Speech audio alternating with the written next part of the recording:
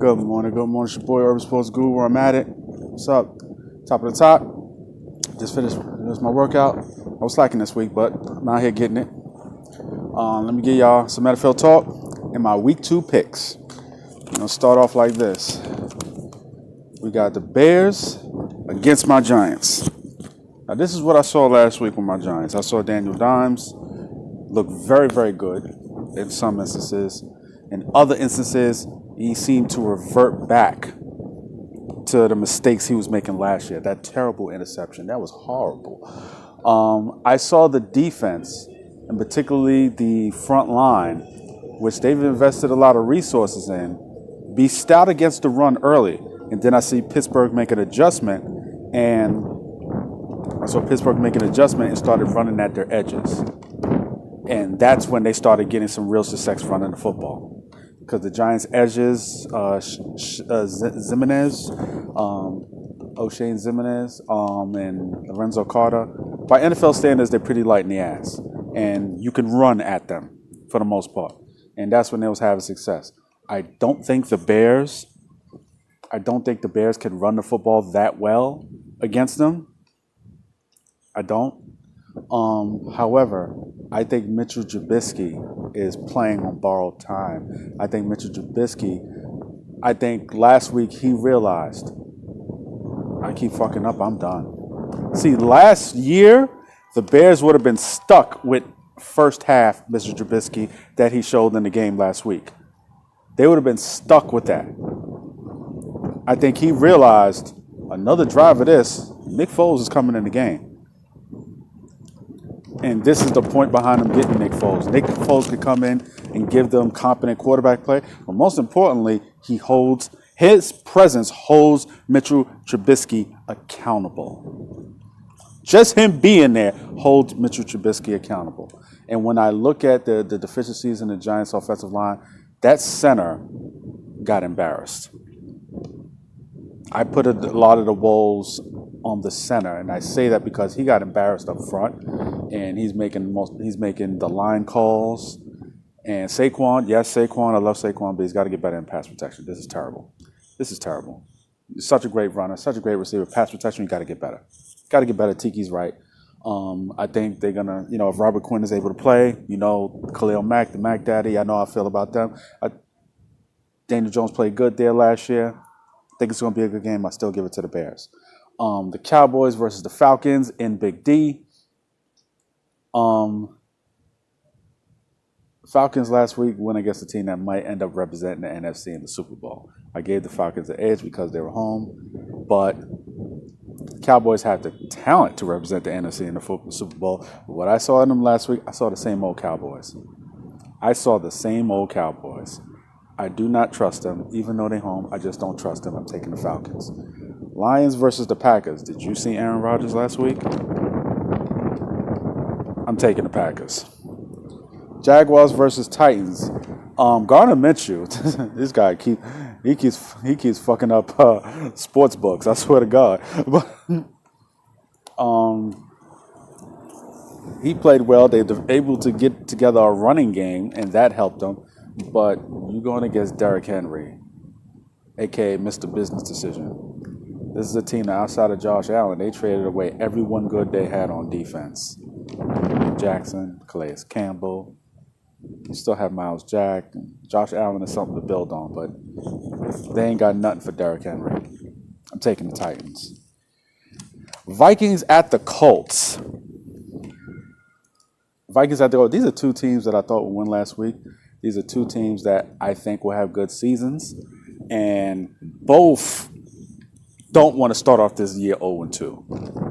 Now, the Colts had a big injury with the running back, Mack, I believe his name was, torn Achilles, but they covered the fact that they drafted that rookie I told you about on that offensive line. I like that very much. Phillip Rivers has to shore up the turnovers. Like, Jesus Christ, like, he's still throwing interceptions. What's the matter with you?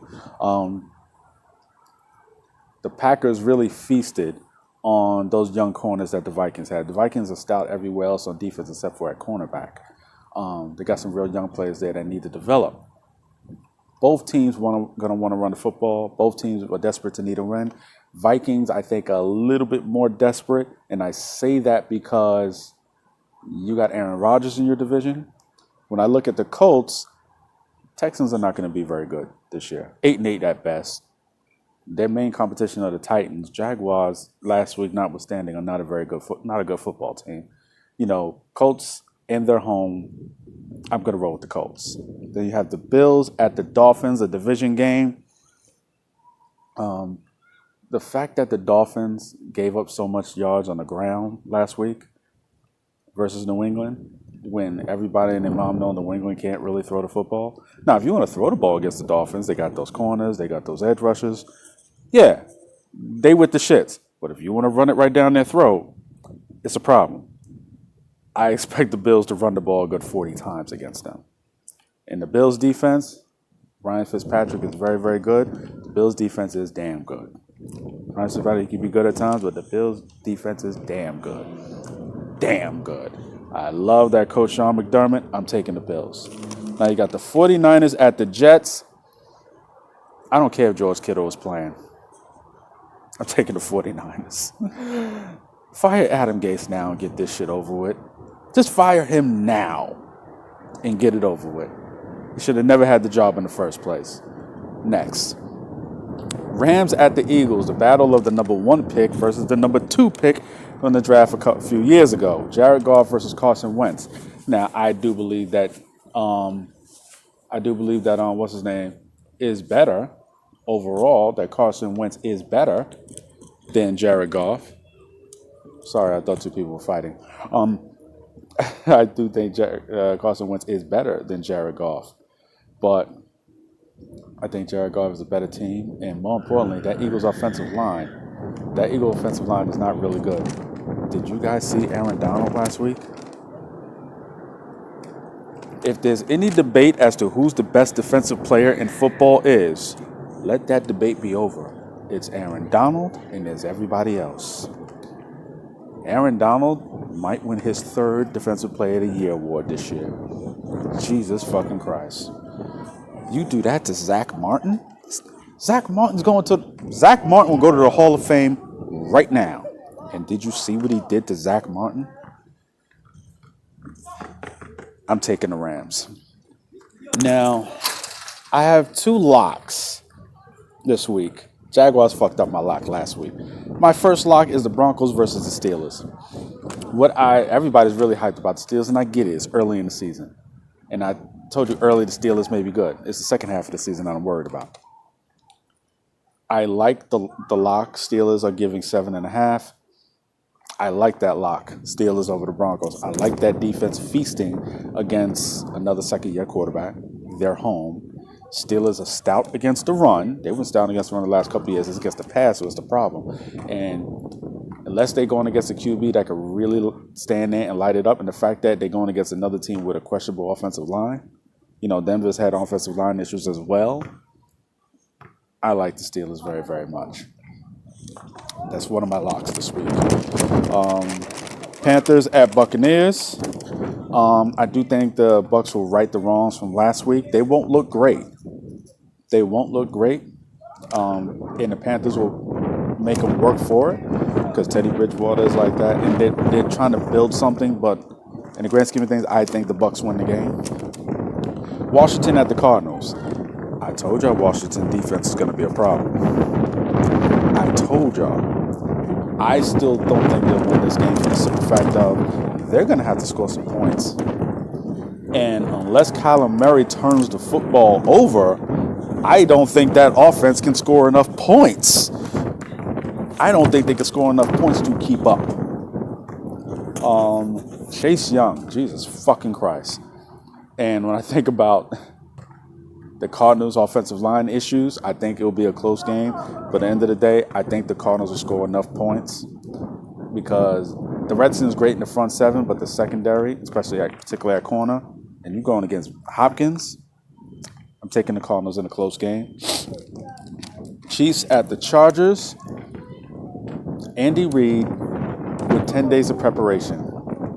Enough said. I'm taking the Chiefs. My second lock for this week is the Ravens over the Texans. And I feel sorry for Deshaun Watson. I do feel sorry for them because I told you I think this has got to be the season they get rid of Bill O'Brien, and like I said, I do like the move of getting the running back, but getting rid of Hopkins was stupid. You could have got that running back without getting rid of Hopkins. And giving Deshaun Watson a running game is a beautiful thing. I just don't think that Texans defense is good. I don't think this is not the Texans defense from years ago when J.J. Watt was Aaron Donald. This is not that same Texans defense. It's nowhere remotely close to that. Nowhere remotely close to that. And you're going against a juggernaut of an offense that maybe the second half of the season defense will start catching up to them, but not now. The Ravens will score 40 in this game and win. That's my second lock for the week. Patriots at Seahawks, Super Bowl rematch from a few years ago.